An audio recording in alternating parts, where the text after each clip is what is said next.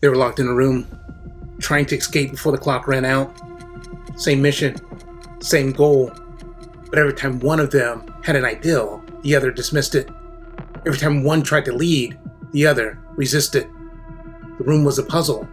The real challenge was each other. And it hit me. This is not just an escape room. This is marriage. If we've ever been to an escape room, we know that this fun experience can quickly become stressful depending on who you go with. Where often there's one who wants to run around and try to figure everything out, where another tends to hold back and try to plan and be more methodical. And quickly they can butt heads and step on each other's toes and become stuck. And you start to wonder, are we actually on the same team?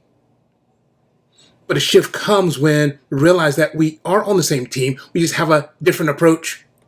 That we don't have to try to convert each other into our way of doing things, but we can learn to see our differences as strengths. When we can pause, listen, and honor each other's differences, then things can start to click. We can cover ground a lot faster because we're in sync. And so we have the same mission, and we can start working together to move things forward. And marriage and family work in the same way. Maybe our wife is more of the planner, or we can go more with our gut or intuition. Maybe we're a visionary while she enjoys many detailed plans. Maybe we're more outgoing and extroverted while she's more reserved and introverted. Maybe we are free-spirited while she likes more structure. Whatever it looks like, these differences can feel like we're in opposition with each other, that we're fighting against each other.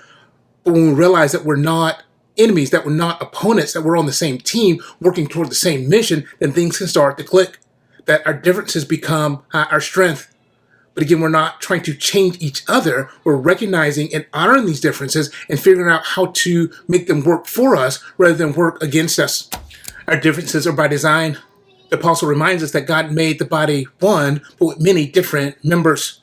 And so not all the parts of the body are the foot or the hand or the eye or the nose, but each of these parts have their own honor, their own distinction that needs to be honored. And the same is true when it comes to marriage, that we have different roles, different gifts, different abilities, and these differences, while frustrating at times, are part of our glory, part of our call now to be one and work together versus working apart from each other, opposing each other.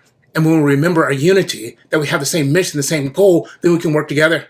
And so whatever our escape room in marriage might be, whether that is parenting or finances or our emotional disconnect between the two of us, whatever it is, when we realize we have the same mission, the same goal, then how do we make these differences work for us? Instead of fighting against each other and trying to get each other to convert to our way of doing things, how do we honor our unique wiring?